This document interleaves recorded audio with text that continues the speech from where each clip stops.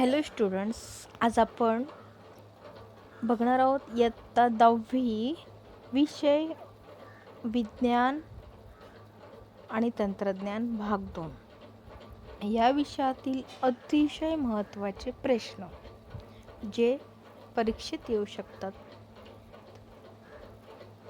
तर त्या प्रश्नांची उत्तरं तुम्ही व्यवस्थितपणे पाठ करा आणि बाकीचे जे राहिलेले प्रश्न असतील त्यांची पण उत्तरं तुम्ही करा. पण मी जे इम्पॉर्टंट क्वेश्चन सांगणार आहे त्याच्यावर तुम्ही जास्तीत जास्त भर द्या. ओके, आपण आता सुरू करूया महत्त्वाचे प्रश्न.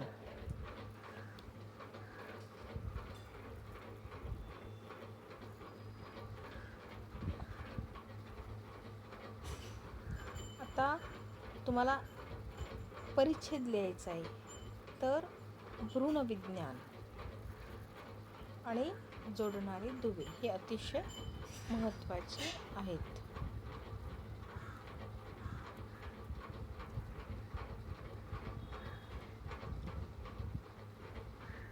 तसेच पुढचा प्रश्न, आनुवंशिकता म्हणजे काय हे सांगून आनुवंशिक बदल कसे घडतात हे स्पष्ट करा. हा प्रश्न.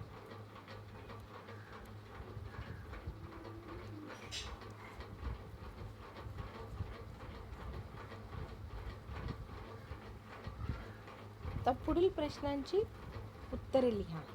तर यात बघूया आपण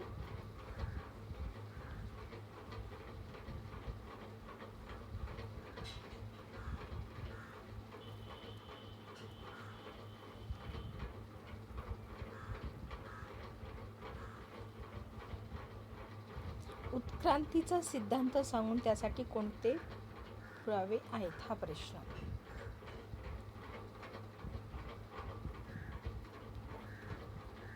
तसेच गुंतागुंतीची प्रथिने निर्माण होण्याची प्रक्रिया स्पष्ट करा. हा सुद्धा प्रश्न व्यवस्थित करून ठेवा.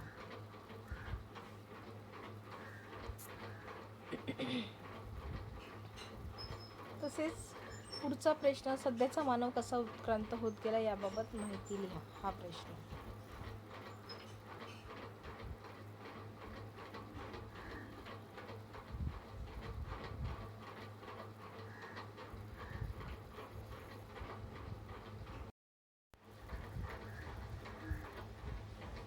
व्याख्या लिहा. प्रथिने, ग्लायकोलायसिस, ऑक्सिश्वसन. फरक स्पष्ट करा.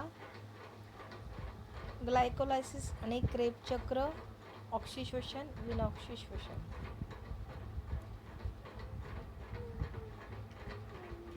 शास्त्रीय कारणे लिहा.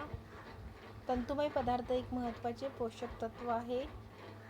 काही उच्च स्तरीय वनस्पती व प्राणीला सुद्धा काही वेळा विनॉक्सिश्वसन करतात.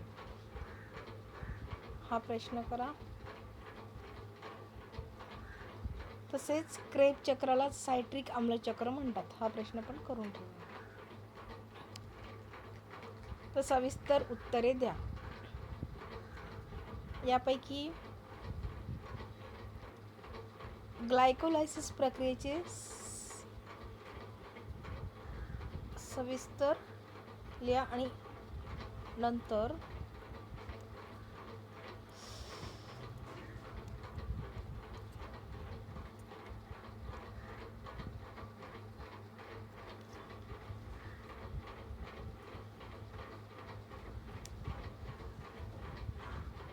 शरीराच्या वाढ व विकासासाठी सर्व जीवन प्रक्रिया मोलाचे योगदान कसे देतात. हा प्रश्न करा. थोडक्यात उत्तरे द्या. आता याच्यात आपण पहिला प्रश्न, एकपेशीय सजीवातील अलैंगिक प्रजननाचे प्रकार सुधारण स्पष्ट करा. हा प्रश्न करून ठेवा. नंतर IVF ही संकल्पना स्पष्ट करा. हा प्रश्न पण करा. त्याच्यानंतर आर्तव चक्र म्हणजे काय, आर्तव चक्राचे संक्षिप्त वर्णन करा. हा प्रश्न करा.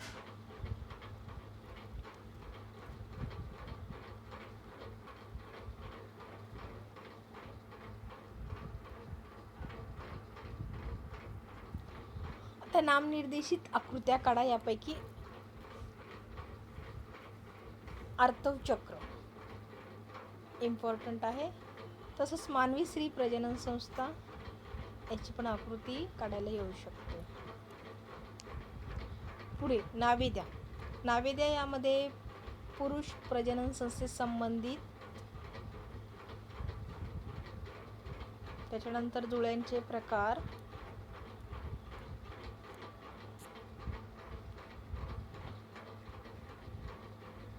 तसंच कोणतेही दोन लैंगिक रोग.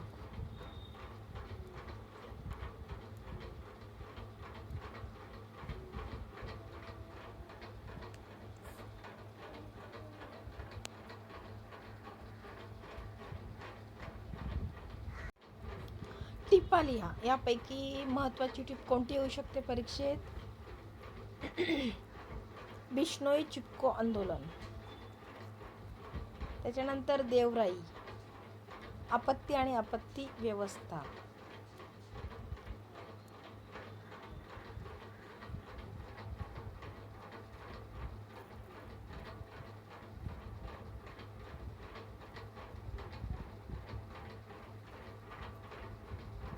खालील प्रश्नांची उत्तरे लिहा.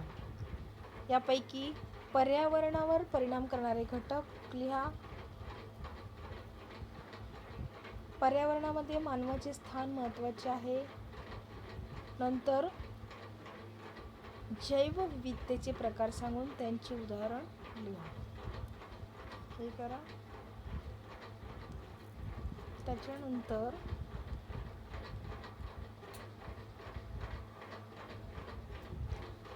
जैवविविधतेची संवेदनक्षम क्षेत्रे सांगा.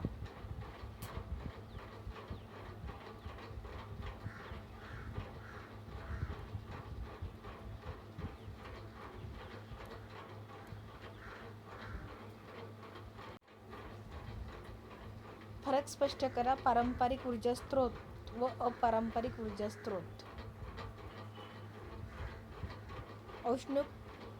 औष्णिक विद्युत निर्मिती आणि सौर औष्णिक विद्युत निर्मिती. त्या खालील विधानांचे स्पष्टीकरण लिहा. जीवाश्म ऊर्जा हे हरित ऊर्जेचे उदाहरण आहे.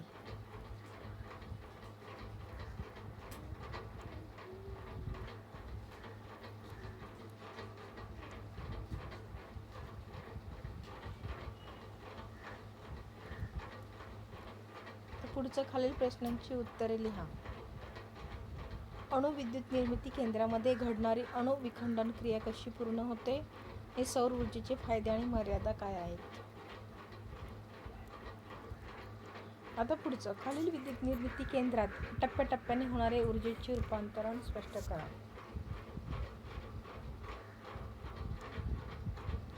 हा 10वा प्रश्न करून ठेवा. औष्णिक विद्युत निर्मिती केंद्र, अणुविद्युत निर्मिती केंद्र, सौर औष्णिक विद्युत निर्मिती केंद्र आणि जलविद्युत निर्मिती केंद्र.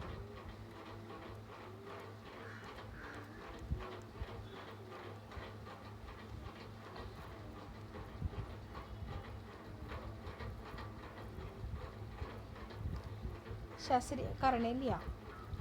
आण्विक अणु ऊर्जा स्रोत हा सर्वात विस्तृत ऊर्जा स्रोत आहे. हा प्रश्न करा. नंतर अणुऊर्जा केंद्रात अणुविखंडन प्रक्रिया नियंत्रित करणे अत्यावश्यक असते. हा प्रश्न महत्त्वाचा आहे.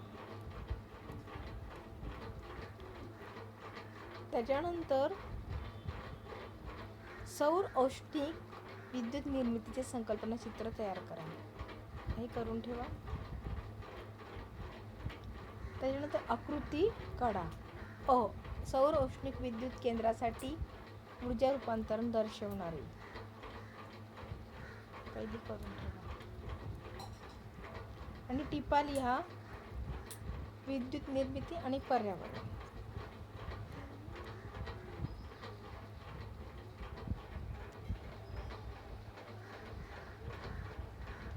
थोडक्यात उत्तरे द्या.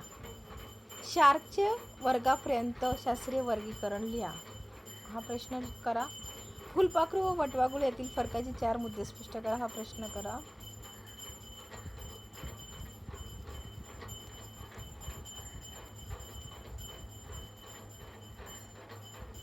शास्त्रीय कारणे द्या. कासव जमिनीवर आणि पाण्यातही राहते, तरी त्याचा उभयचर या वर्गामध्ये समावेश करता येत नाही. हा प्रश्न महत्त्वाचा आहे.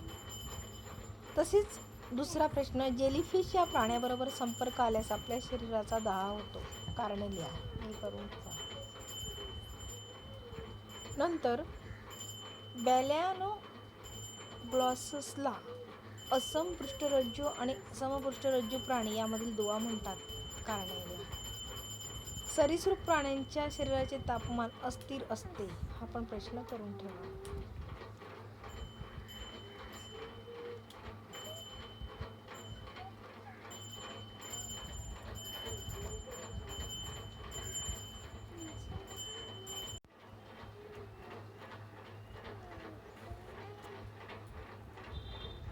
खालील प्रश्नांची उत्तरे लिहा. महत्त्वाचा प्रश्न आहे, समुद्र किंवा नदीच्या तेलाचे तवंग कसे नष्ट केले जातात? आम्ल पर्जन्यामुळे प्रदूषित झालेली माती पुन्हा सुपीक कशी केली जाते? त्यानंतर प्रोबायोटिक्स उत्पादने लोकप्रिय होण्याची कारणे कोणती आहेत? बेकर्स ईस्ट वापरून बनवलेली पाव व इतर उत्पादने पौष्टिक कशी ठरतात?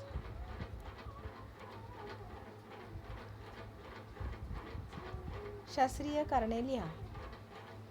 औद्योगिक सूक्ष्मजीवशास्त्रात उत्परिवर्तित प्रजातींचा वापर वाढला आहे. डिटर्जंट्समध्ये सूक्ष्म जैविक प्रक्रियेने मिळवलेले विकर मिसळतात. 6वा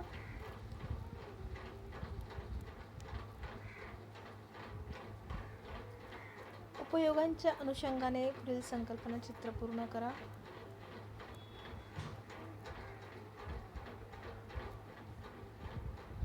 पर्यावरणीय व्यवस्थापनासंदर्भात पुढील संकल्पना चित्र पूर्ण करा.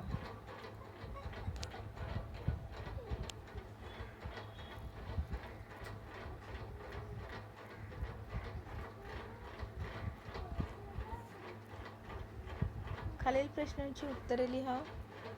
पेट्रोल व डिझेलमध्ये इथेनॉल मिसळण्याचे फायदे काय आहेत? पाव जाळीदार कसा बनतो? इंधने मिळवण्यासाठी कोणत्या वनस्पतींची लागवड करतात?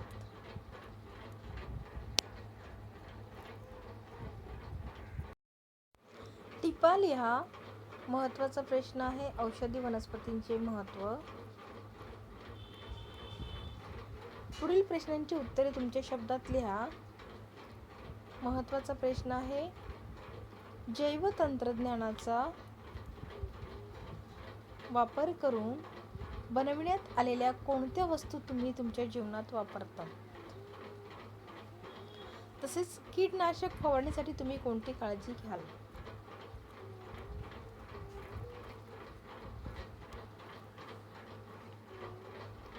फलप्रक्रिया उद्योगाचे मानवी जीवनातील महत्त्व विशद करा. लसीकरण म्हणजे काय हे उदाहरण स्पष्ट करा.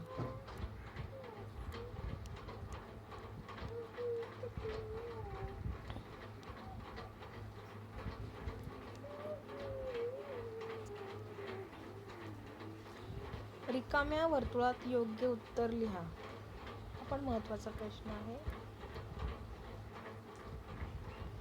त्याच्यानंतर 8वा प्रश्न, सहसंबंध ओळखून अपूर्ण सहसंबंध पूर्ण करा. हा पण महत्त्वाचा आहे.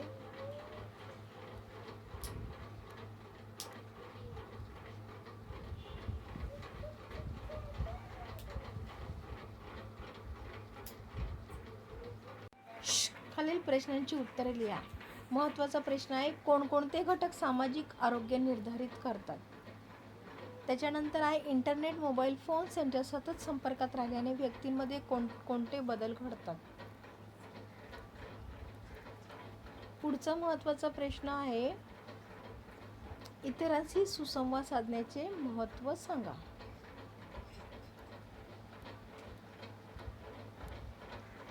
नंतर पुढचा प्रश्न आहे, प्रत्येकी 3 उदाहरणे द्या. ताणतणाव कमी करणारे छंद, मोबाईल फोन्सच्या अतिवापरामुळे उद्भवणारे शारीरिक त्रास, सायबर गुन्ह्याच्या कक्षेत येणाऱ्या कृती. तुम्ही काय कराल आणि का कराल? तुमची बहीण अबोल झाली आहे, सतत एकटी राहते, काय करणार? घराच्या भोवताली रिकामी जागा आहे, तिचा सदुपयोग करायचा आहे. 12वीत असणाऱ्या तुमच्या भावाला अभ्यासाचा खूप ताण आला आहे, काय करणार? ते लिहायचं.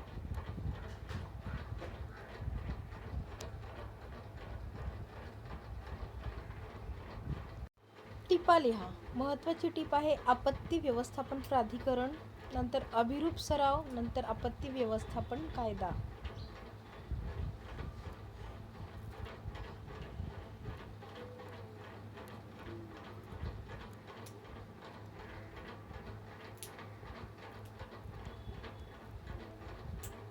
खालील प्रश्नांची उत्तरे लिहा.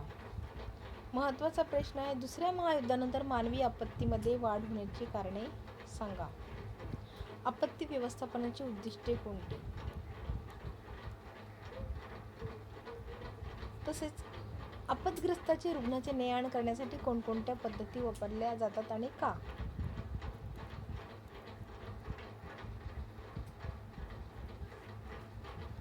तुम्ही अनुभवलेल्या 2 आपत्तींची कारणे, परिणाम आणि केलेल्या उपाययोजना लिहा.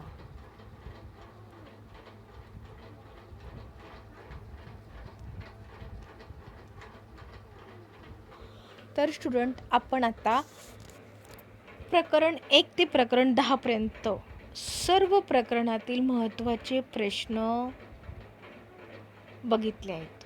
ह्या प्रश्नांची उत्तरे तुम्ही व्यवस्थितपणे पाठ करा. ही प्रश्न अतिशय महत्त्वाचे आहेत, परीक्षेमध्ये येऊ शकतात. पण राहिलेले जे प्रश्न आहेत त्यांचाही अभ्यास तुम्ही चांगल्या प्रकारे करा. पण मी ज्या प्रश्नांवर टिकमार्क करून दिले आहेत ते प्रश्न 100% परीक्षेत येऊ शकतात, म्हणून त्यांचा सराव जास्तीत जास्त करा आणि राहिलेल्या प्रश्नांचा पण अभ्यास करा. कारण आपल्याला परीक्षार्थींना ज्ञानार्थी व्हायचं आहे, म्हणून बाकीच्या प्रश्नांचा पण अभ्यास व्यवस्थित करा आणि तुम्हाला परीक्षेसाठी ऑल द बेस्ट. हा व्हिडिओ तुम्ही तुमच्या जास्तीत जास्त मित्रमैत्रिणींपर्यंत पोहोचवा. व्हॉट्सअपवरून सेंड करा, व्हॉट्सअप ग्रुपवर सेंड करा, फेसबुकवर, इंस्टाग्रामवर सेंड करा आणि माझ्या व्हिडिओला लाईक करा, सबस्क्राईब करा आणि शेअर करा. थँक्यू.